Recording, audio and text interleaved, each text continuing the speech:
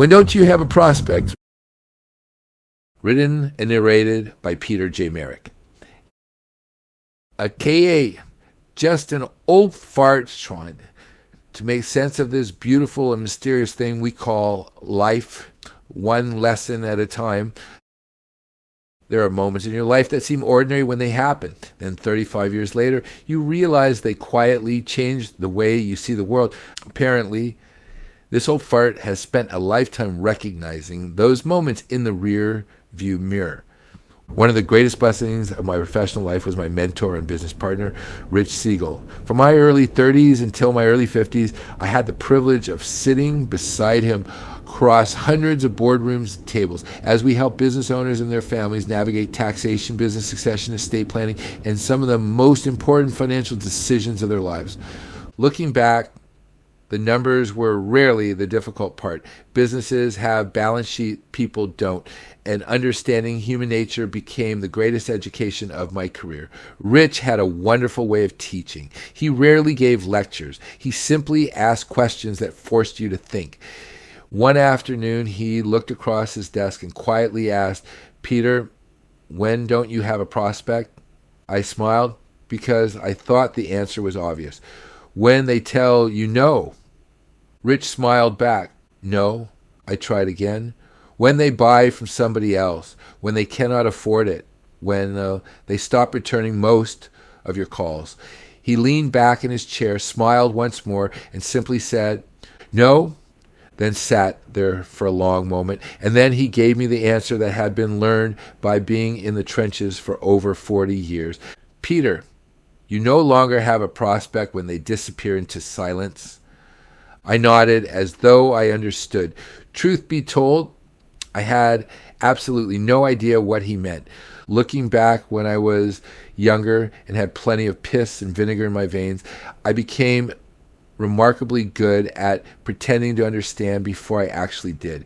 Apparently, I thought nodding made me look smarter than asking another question. It didn't. For years, I thought Rich was teaching me a lesson about prospecting. It wasn't until much later that I realized he was teaching me something far more valuable. 35 years in financial services has taught me there is no such thing as failure. There is only feedback. A business owner who says yes gives you feedback. One who says no gives you feedback. Even the asshole who tells you to eat a pound of sand has respected you enough to make a decision and tell you it. Silence is different.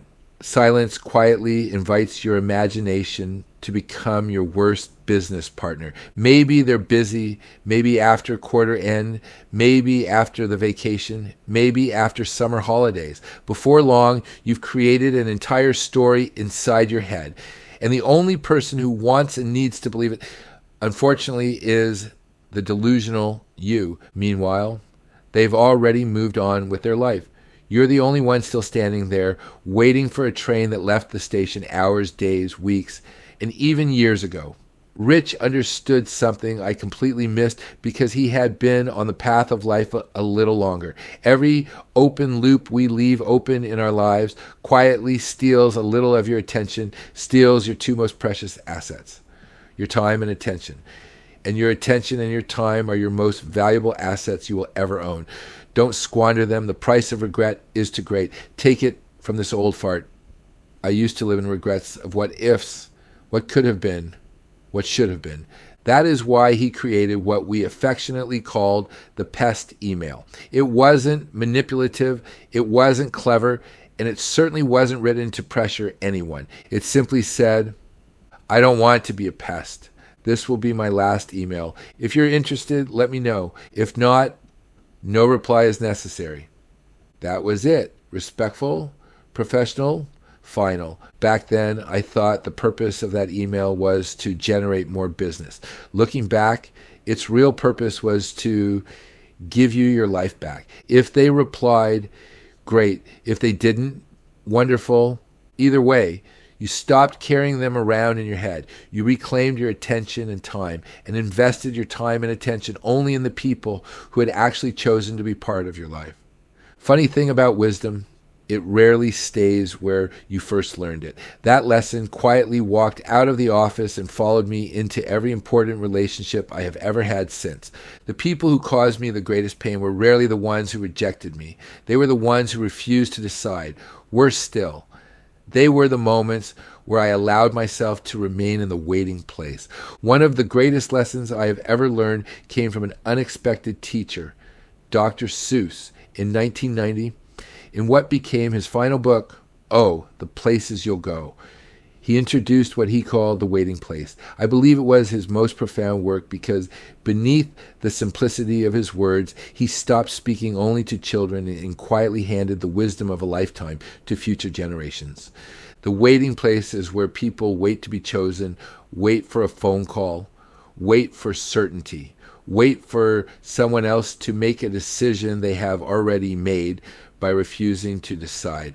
Looking back, I can now see that some of the deepest pain in my life did not come from rejection. It came from abandoning my own self-respect by staying long after the answer was already there and made clear, but had not yet been spoken out loud. The lesson was never simply finding the courage to leave. It was making the conscious decision that my life had value, that I was worthy of certainty, and that no one has the right to keep me suspended in emotional limbo. Self-respect is not a feeling. It is a decision. The real courage is honoring that decision, leaving on your own terms, and never returning to the waiting place. I finally realized that indecision has a cost, not because rejection hurts, but because uncertainty quietly consumes your peace one day at a time. Today, I no longer chase clients. I no longer chase friendships, and I certainly don't chase relationships. If someone cannot decide whether they want me in their life, I make the decision for us. I sincerely wish them well. Close the loop and continue walking toward the people who have already chosen to walk beside me. That isn't arrogance. It took me a lifetime to discover it is self-respect.